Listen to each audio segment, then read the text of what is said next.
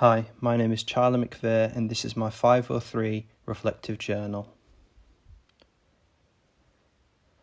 I will be going through each project starting from 501 ending with 503, where I will have a callback to what I believe to be my improvements from previous projects. So beginning with 501, I took the project in a futuristic Egyptian direction. This meant I would take something that existed in ancient Egypt and develop it into something more advanced, or at least modern. So starting with these character design pieces, I took inspiration from Stargate, Assassin's Creed, and more traditional armour. Something that I've often done throughout my projects is keep the line work in the finished piece, even if I colour it in, which in this case is just grayscale. This is certainly something I need to improve on, as it's not good to have that in the final piece. It makes it look less realistic and less finished. This was also my first time doing a turnaround, so it was interesting seeing a character I'd made from different angles. I could see it being difficult with more elaborate designs, with more fabric and more shapes rather than being more closer to the body. The next part of this project, I developed some traditional Egyptian weapons into more futuristic designs. Like before, I kept the line art in the final design, which meant it looked unfinished, less realistic, like it didn't fit. But I implemented some colour. Now what's missing is texture and shading. I also found a little bit of trouble with the perspective, or the angle that you see these weapons. Since it's a small prop, it was more difficult to use the perspective guidelines rather than it being an environment where you can do things at a much larger scale. You had to focus in on these, which meant they could look wonky. Speaking of environments, still following the futuristic Egyptian style, I converted palaces and temples into these Star Wars Dune-inspired structures. Now, for the main environment piece, I actually removed the line art and found that it made a far better product. It looked far more finished, more realistic. I also implemented some shadows, which didn't exactly fit because I didn't decide where the light was beforehand. I just put in the shadows how I thought they'd look, which worked to a certain extent, but you can see the imperfections. I also started adding in some textures and other shading. It didn't exactly look to have much depth, but it certainly did something for it.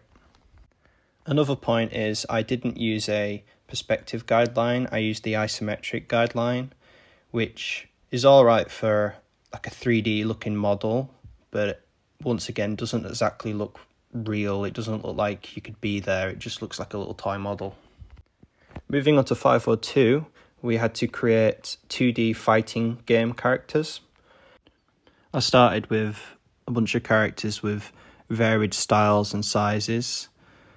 Now I still kept the line art, but the pieces on the right, I tried to minimize its prominence by decreasing the opacity so that it's still there, you can still see the shape, but it's not as prominent.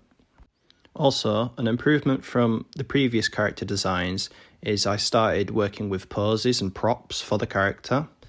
Now, this was interesting because you get to see the character from different angles, so they don't get to be as perfect as a T-pose.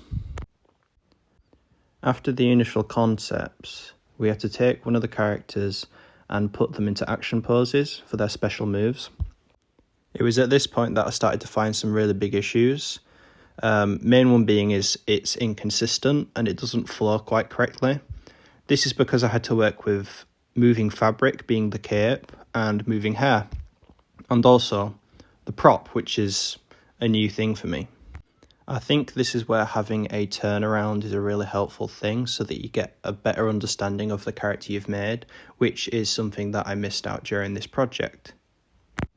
Now, the next part of this brief, being more separate from the character designs, I chose to create an artificial planet to help solve population issues and global warming.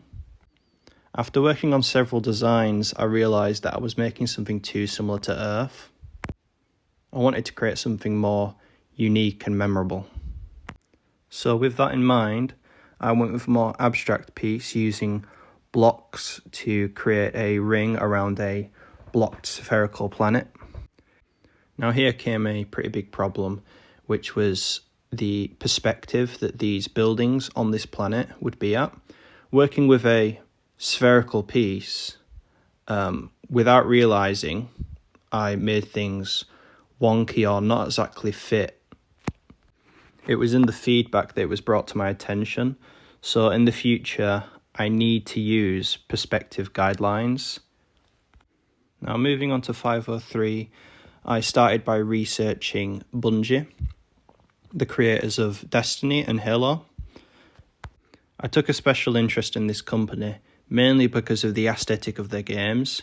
I've always liked sci-fi and futuristic stuff, and they seem to take it in a really unique direction. A good sign that this would be a nice company to work for is that they value their creators and the community. They focus on diversity and putting fan art out there for the community to see. It really does seem that they value their artists. Now, I've always been a fan of Destiny, but it was with the release of the Marathon trailer that I really got interested in working in games. Previously, I didn't really know what to do. I knew I wanted to do concept art, but I was fine with anything at that point. But now I've got a serious goal that I want to work towards. And it seems that Marathon is exactly what I like. It is a sci-fi game where it takes it in a very unique and bold art style, described as graphic realism, which focuses on the shapes and the graphic design. I then did some research into Joseph Cross, the art director for Marathon, who has previously worked as a concept artist on Dune, Destiny and Ghost in a Shell. With the release of the Marathon trailer, Joseph Cross took to X to post a thread talking about the art style of Marathon. He talked about how they took inspiration from Formula One, Mirror's Edge, photography, science, and so on. Joseph Cross uses multiple platforms and has his contact information everywhere. This is certainly something I need to take on board so that I'm more accessible and I can get myself out there. After this research, I started doing my own artwork and I started off with an environment. Now, unlike previous environments, I believe that I've finally got the perspective right. I used the guidelines as much as I can.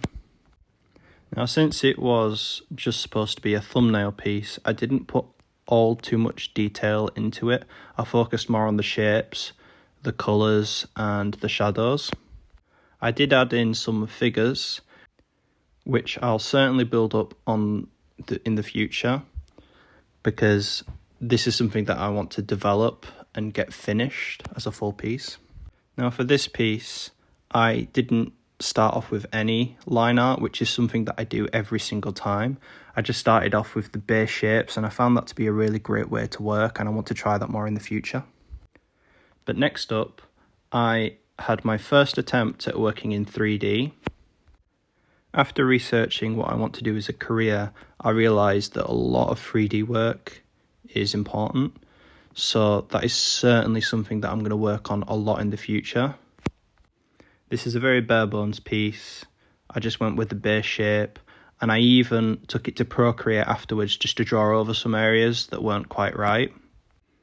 This is just some pose work to get a better understanding of how characters move and seeing them in different angles and holding props, which is something that I'm trying to work on. But this is where I ended up at the end of the project. A character design inspired by Marathon. I did a turnaround and a close-up of the helmet. I kept the line art out of the final design, unlike before. I certainly see an improvement from previous projects, and I know now that I've got a passion and a driven goal for what I want to do and where I want to take my work, and I feel like this is the start of it. After all the projects this year, I realised that I need to focus more on the realism side of things. I do want to be a concept artist, but I want things to look like they fit and that they are real, rather than just being anime all the time, which is something that I do. I found this project in particular very helpful because this is the first time where I have mainly decided what I want to do, working in game design, and have set myself some goals, being I need to learn 3D software. And there's one thing that I'm certainly aware of. I need to make my work stand out, be unique and memorable, because working in the sci-fi genre, a lot of things can look very samey, and I don't want to fall into that trap. Anyways, thank you for listening, and I look forward to hearing your feedback.